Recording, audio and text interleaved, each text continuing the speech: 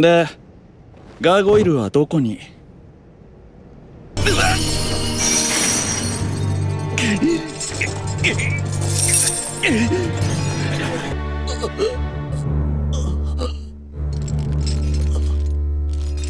？The demon sword, you know, one of the things that I've gone back and forth of is just the quality of the show.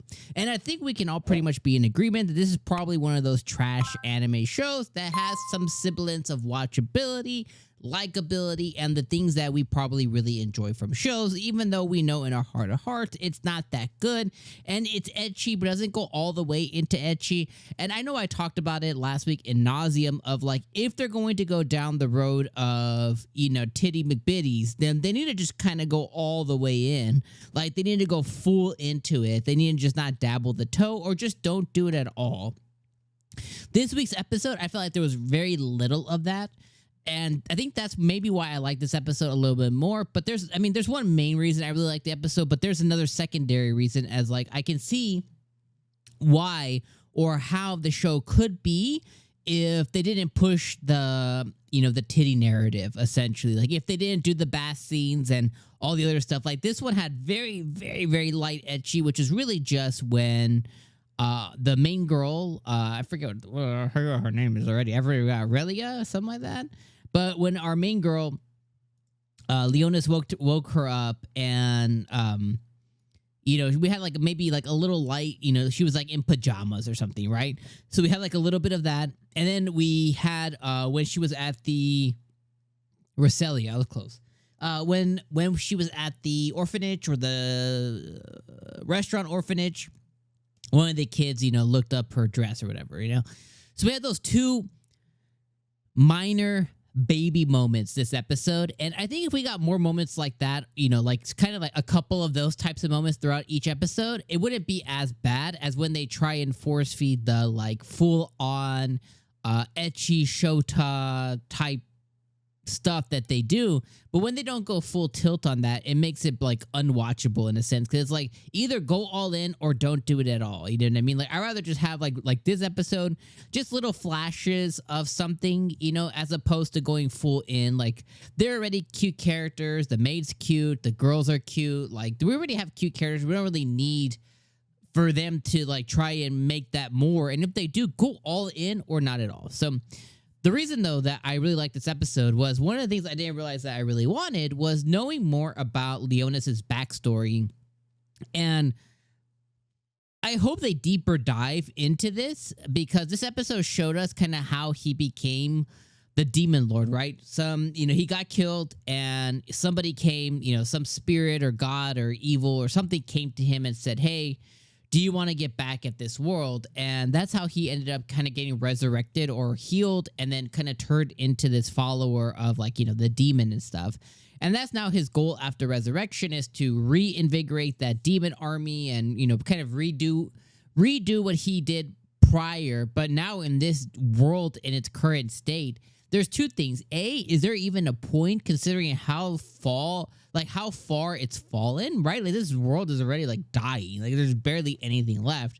And then B, if he does resurrect that same kind of demon lord's army, you know, he's easy mode at this point, because there's nobody who can combat him. He's virtually the most powerful being as it is. So I just think that that's all interesting. But it could be a scenario to where, you know, the world will rise once again if the demon lord becomes available. Then someone will be born to combat that. It could be one of those scenarios too. But going back to his history, like, I hope we dive deeper into that, because it's so interesting. They showed us a 16-year-old Leonis, which I thought was really cool to see him aged up, because I'm tired of this Shota bullshit.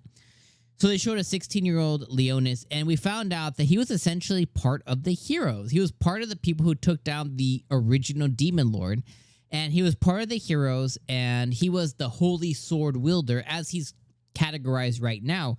But he was the holy sword wielder, and he did have some interest in demons and subjugating them and stuff like that. But overall, he was like the antithesis of a good guy.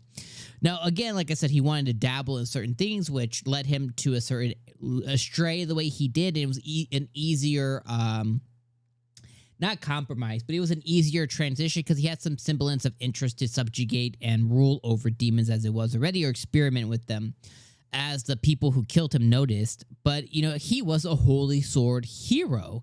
And I just think that's so crazy. Like, and even this episode when Roselli was like, "Oh, are you familiar with the sword?" It's like, no, he's so familiar with the sword. Like, he's the sword guy, you know? So I think that's just so interesting. And then the way that they caught him and the way he died was just so A, awful, but B, like, just so, like, he was just so helpless. And it was like, how did this guy beat the demon lord, or was part of that, but yet was killed so easy? But the lady who saved him, the spirit, the god, the evil, the devil, whatever you want to call it, did call him out and say, "I think a part of you knew this was a trap," you know? And then she went on a whole thing of like, "Do you want to get revenge?" He's like, "No." He's like, "Don't you hate the world?" He's like, "No." And he's like, "This is just kind of like you know, there's good and there's bad, you know, and I don't think this is either or. This is just a reaction to them." And I really like his mentality of like, they're doing what they think is right.